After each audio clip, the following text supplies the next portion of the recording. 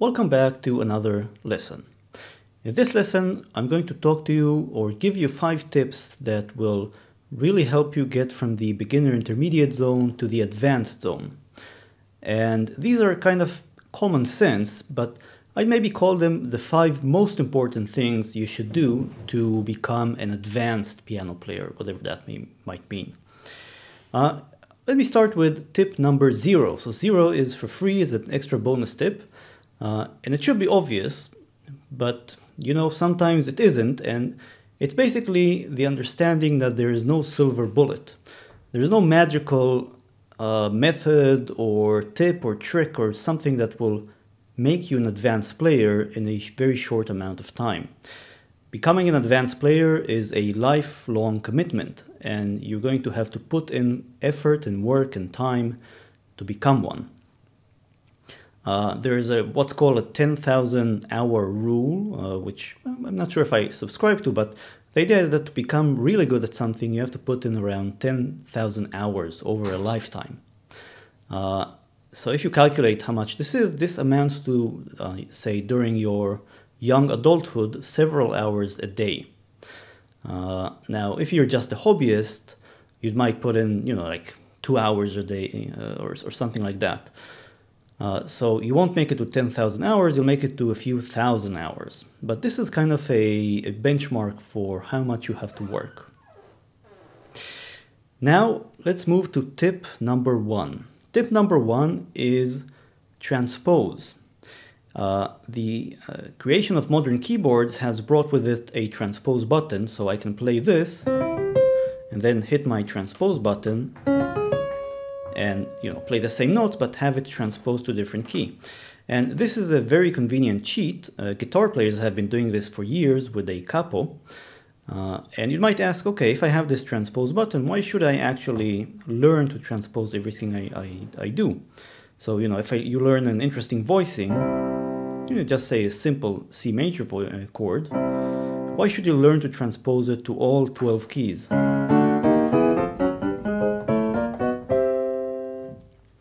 And the answer is that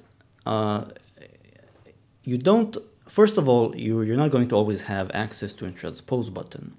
But what playing all possible different combinations does is it opens up your mind to other forms of chords. You see this C major chord, and then at some point you decide to play another chord, let's say a G major, and you already have this form which you've transposed in G major.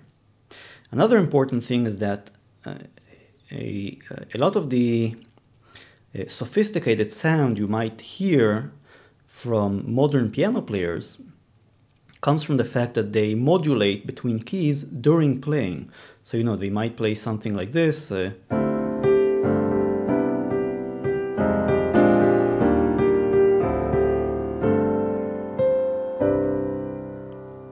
And I've modulated from C to E flat back to C in this. And I could not do this without knowing how to voice chords in all, in both keys. So it's very, very important that you get this fluency in playing in other keys, and then you can transpose or modulate to other keys in a song that you play. And this also then ties into chord substitutions and a lot of other advanced harmonic concepts. Tip number 2 is transcribe. Sorry. Tip number 2 is transcribe. And this means that whenever you hear a solo or a piano piece that you like, sit down and try to copy it. And don't just try to copy it, like just the right hand or the left hand. Try to see really how accurately you can mimic it completely.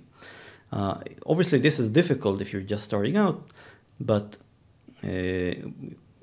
just do the best you can, and with time you'll build up the confidence and abilities and ear training to transcribe more and more complex pieces. Some of my most advanced or some of my deepest insights were obtained by basically trying to imitate other players and figure out what they do.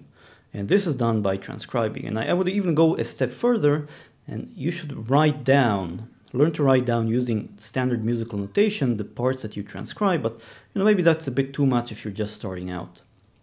But just hear a solo and transcribe it. I've learned a lot by doing that. Now, when you sit down to practice, it's very important that you have a schedule, something to adhere to. And, you're not going to be inspired every day, and actually you're going to be uninspired most of the time. So it's important that you basically lay down a plan for practice for those times that you're not inspired. Like just like going to the gym, you're going to do 20 push-ups, 50 sit-ups, and whatever. And you can kind of zone out even when you do these things. So it's great if you're inspired and you have something to work on that you're passionate about, but it's important to have a schedule for those times you're not inspired. And of course, do it daily, every day, the same time, maybe before you go to work or school, or in the evening, or before you go to bed, or whatever. Tip number 4 is play with other people. And this is extremely important. If you look at the evolution of jazz over time, you'll see that jazz started out, or the first jazz musicians were not formally trained.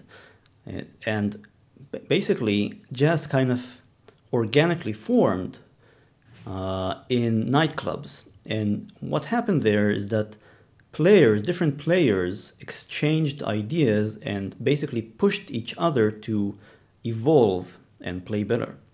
And this is the real advantage of playing with other people. Of course, you need to find people who are hopefully, just a little bit better than you or on your level. So you meet up with them, and first of all, you learn from them, but also they give you, again, structure, a schedule, or something that motivates you to become better.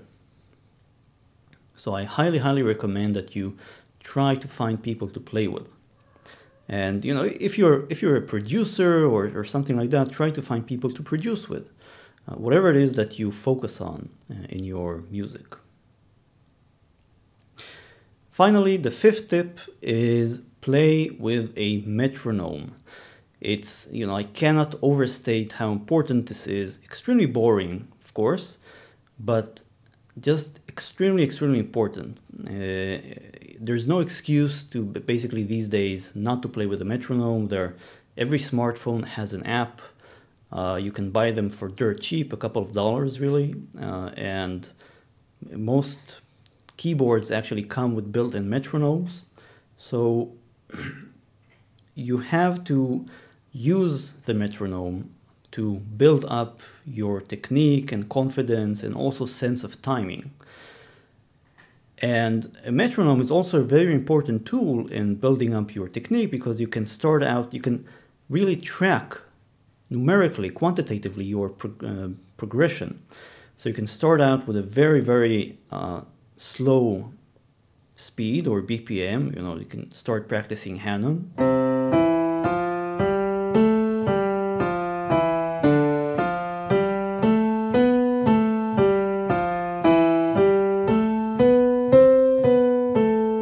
And then you can increase the speed, you go from 60 to 80.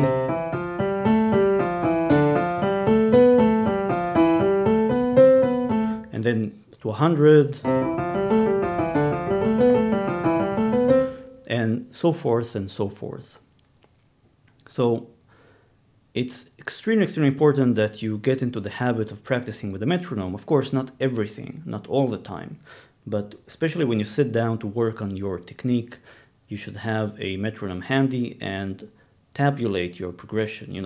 On exercise number 10, I've reached BPM of 80, and tomorrow my goal is to get to 82.